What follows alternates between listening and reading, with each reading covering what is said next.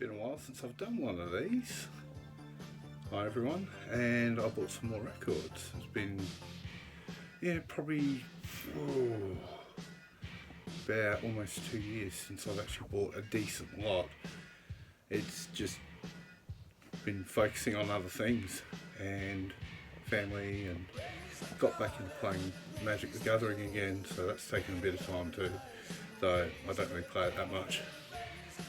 But you move your priorities around, and it's like, well, I've got to start buying music. And Record Club is coming up soon, that's City Record Club, and I want some more music. So I bought some records from Spain. They haven't come in time yet, but I've got a couple of lots that I bought from within sellers in Australia. Now, of course, the problem is when you buy from sellers in Australia, you don't tend to find a lot of international stuff. Things like post-punk, goth. Well, you find some post-punk, but goth, industrial, all that, you don't tend to find it very often in Australia. But I did find some things that were very nice. I'm going to start with the lot that I bought from a seller in Queensland. Both of these sellers are from Discogs. I still think it's one of the best places to buy records from online. And I bought 3 records, 2 singles, and a mini album, I think they called it.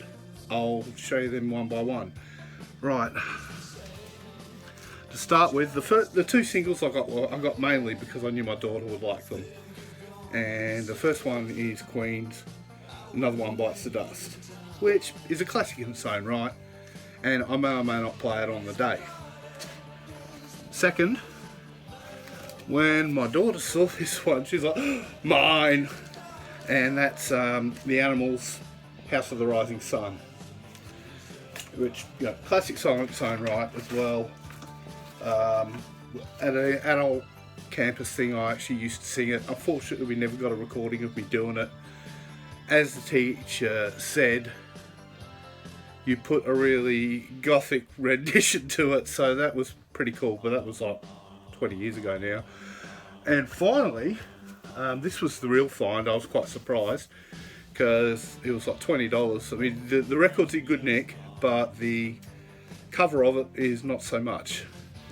And that's this Echo and the Bunnymen, like part album or whatever it's called. The tracks, it's only got 5 tracks on it. One of them's a live track and the other 3 are studio. I'll just flip it over. I'm just using the jacket for it rather than the record because, as you can hear, it's floppy. I just put the record aside because it came with a dust cover. That way it films a bit easier. But yeah, some good tracks on there. I'm quite happy with it. And yeah, for the money it was good. All up, it would have been about, I think about 35 for everything including postage. So that was pretty good. The next one though, I found a seller in Adelaide. And this one came really fast. I bought it on the Thursday and it arrived on Monday. These both arrived on Monday. And it's Tuesday night, if it's just after midnight. I'm not sure.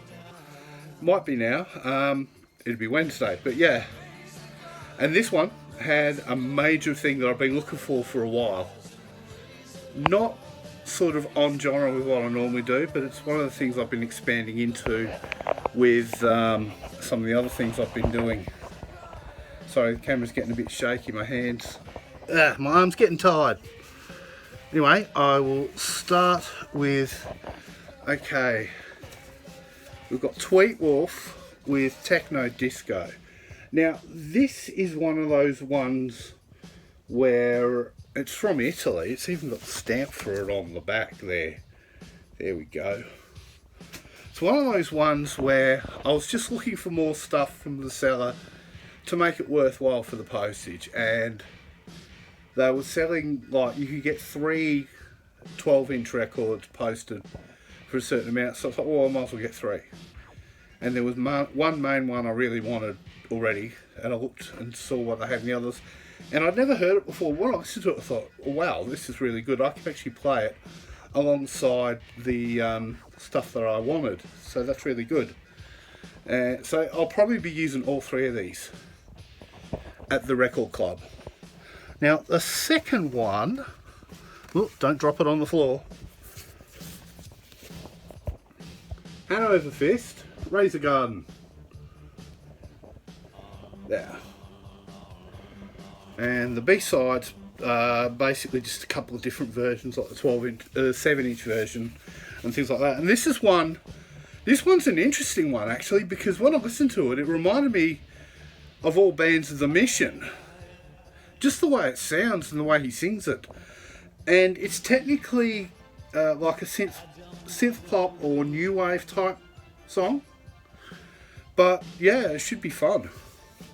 That's probably the closest thing to goth I got, depending on how you see Echo and the Bunnymen, I guess. And now the last one. Now this thing's good. I've been looking for this for a while. Fans of EDM will know it well. And fans of industrial will also know it because Grendel did a cover of it. And that's Zombie Nation Kernkraft 400. Now the really cool thing with this is the last track on the B-side, Rhythm Box. I'm almost tempted to play that instead. And that sounds really industrial, which is really cool. So it's nice when you get a record and you get bonus stuff that you weren't expecting like that. But anyway, that's everything I've got for today. When the Spade records come in, I will do one for that. There's about 7 in that lot.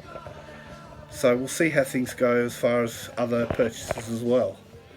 Anyway, bye for now.